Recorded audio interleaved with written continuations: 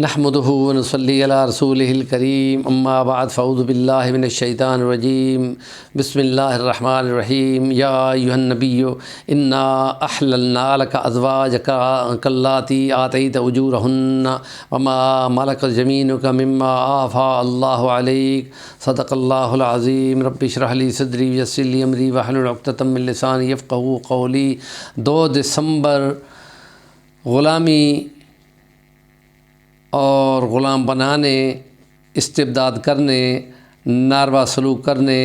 حقوق مارنے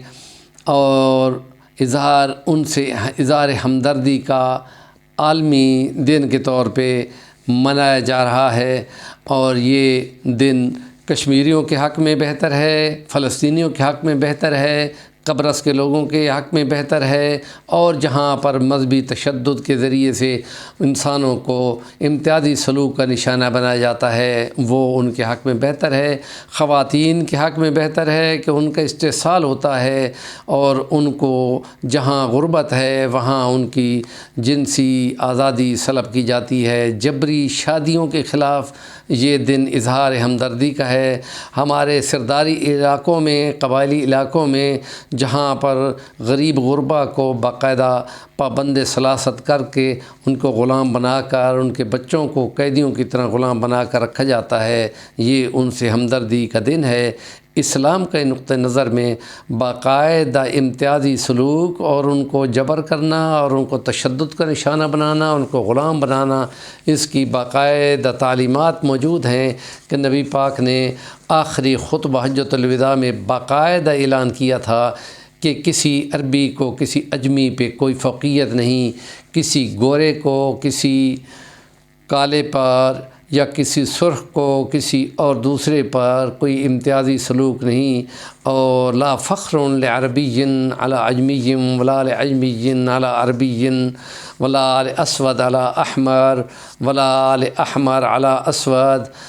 لا فخر للانساب۔ یہ تمام الفاظ نبی پاک صلی اللہ علیہ وسلم کے آخری خطبہ حجۃ الوداع پہ زبان اطہر سے جاری ہوئے تھے کہ کوئی امتیاز نہیں ہے، کوئی علاقائی امتیاز نہیں ہے جو علاقوں کی بنیاد پہ ہو، نسلوں کی بنیاد پہ ہو، مذہب کی بنیاد پہ ہو۔ یہ تمام ایک باب آدم کی اولاد ہو اور آدم مٹی سے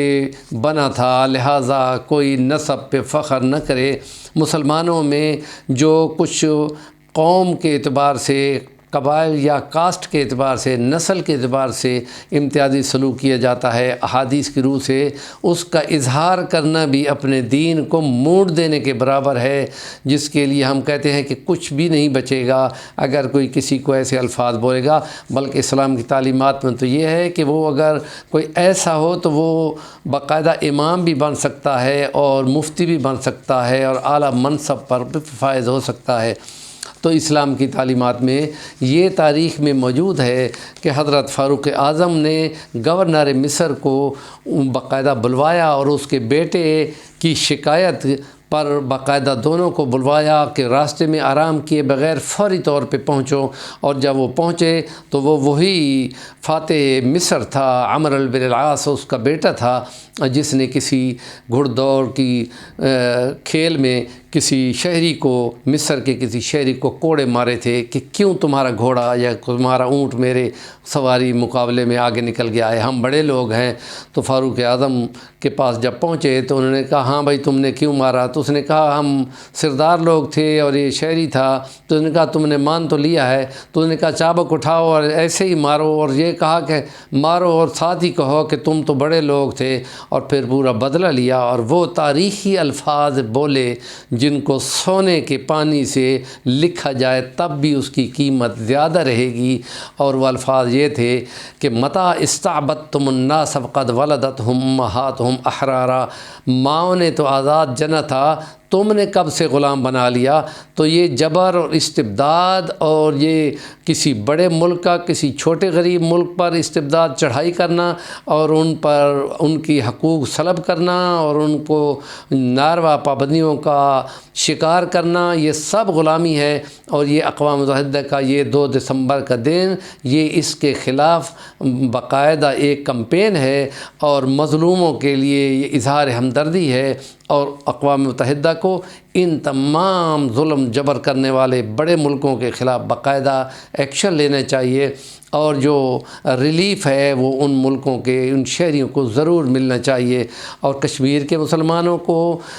پلیبیسائڈ ملنا چاہیے، اور فلسطین کے مسلمانوں کو جو جبر اور ظلم کا شکار ہیں، اور جن ممالک نے 8 مقامات پر ڈیزی کٹر گرا کر انسانی جانوں کو جلایا اور ہیروشیما اور ناگاساکی و شہروں کو صفحتی سے مٹایا، ان کے خلاف بھی باقاعدہ کمپین ہی نہیں، ان پر سزا کا اطلاق ہونا چاہیے، تو تب ہم سمجھیں گے کہ اقوام متحدہ باقاعدہ کوئی کام کر رہی ہے۔ ہمارے چینل کا نام ہے صفی الرحمن الوانی، ضرور سبسکرائب کر لیں اور نیکی کے بات کا ابلاغ آگے کریں، تو آپ اس میں پورے ثواب کے حقدار ہوں گے۔